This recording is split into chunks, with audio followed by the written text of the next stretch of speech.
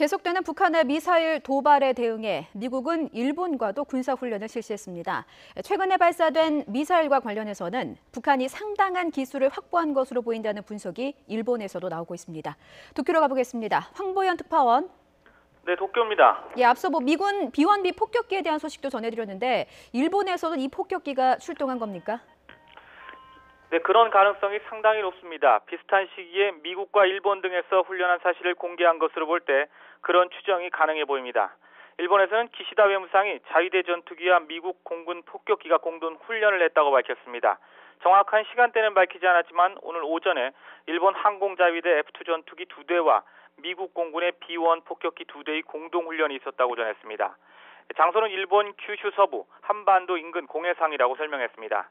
기시다 외무상은 지난 28일 북한의 미사일 발사를 포함한 안보 환경에서 미일 동맹의 억지력과 대응력을 한층 강화하고 지역 안정을 향한 일본의 의사와 높은 능력을 보여줬다고 설명했습니다. 대북 정책에 있어서 미국과 일본의 강한 연대를 보여주는 동시에 북한에 대한 압박의 의미도 담고 있는 것으로 보입니다. 그제 발사된 북한 미사일이 기술적으로 높은 수준이다라는 일본 언론의 보도도 있었는데 구체적으로 어떤 부분입니까? 이번에 발사된 미사일이 크게 두 가지 면에서 기술적으로 발전된 부분이 있다는 분석이 나온 겁니다. 첫 번째는 항로 유도 기술입니다. 아사히 신문은 군사 소식통을 인용해 한국과 미국, 일본 군 당국이 이번에 발사된 탄도미사일 항적이 발사 전 북한이 입력한 고도와 비거리에서 벗어나지 않는 것으로 파악하고 있다고 보도했습니다. 이에 따라서 전파 등에 영향받지 않고 사전에 계산한 대로 날아가도록 유도하는 관성항법 기술은 거의 완성 단계에 이른 것으로 보인다고 분석했습니다. 두 번째는 대기권 밖으로 날아올랐다가 다시 진입하는 기술입니다. 이 기술은 대륙간 탄도미사일, 즉 ICBM의 핵심 기술 가운데 하나인데요.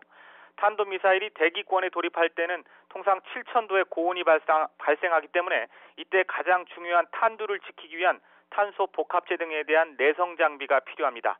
그런데 이번에 발사된 미사일의 경우 탄두 부분이 일정한 형체를 유지한 채 떨어진 것으로 미뤄 탄두부를 고온으로부터 보호하는 기술도 성공한 것으로 보인다고 아사히는 전했습니다.